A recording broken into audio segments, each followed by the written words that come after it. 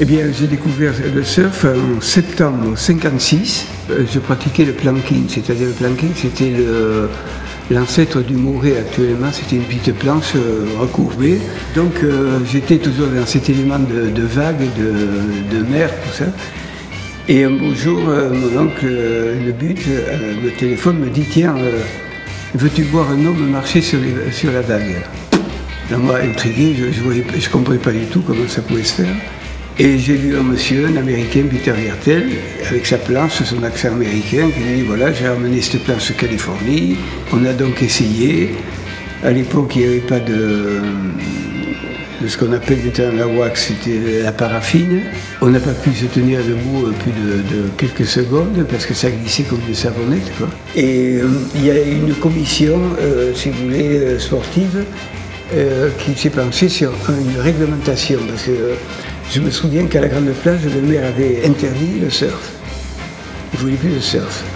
Alors on s'est dit, bon, c'est vraiment ridicule, il suffit de délimiter des espaces.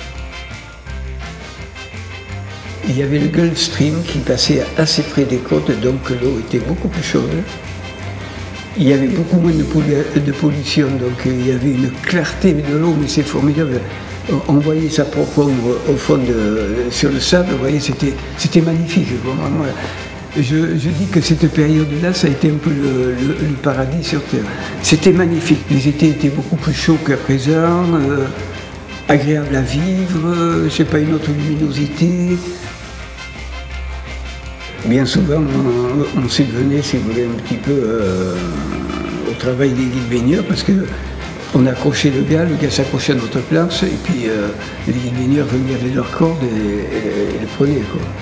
Ça faisait une petite bouée de sauvetage. À cette époque-là, il y avait une autre atmosphère quand même de convivialité. On était content de suivre une vague à plusieurs, alors que maintenant c'est tout le contraire. Si vous taxez une vague, vous faites vider, même ça va presque au même, quoi. C'est ridicule, quoi. Parce que la vague est à tout le monde. Bon, il faut faire quand même la part des choses. Et puis, un gars qui débute, bon, il prend une vague, il faut quand même lui laisser. C'est pas la peine de lui passer dessus en disant t'as pas le droit de la prendre parce que j'étais le premier dessus, quoi. T'as pas le droit de la prendre parce que j'étais le premier dessus.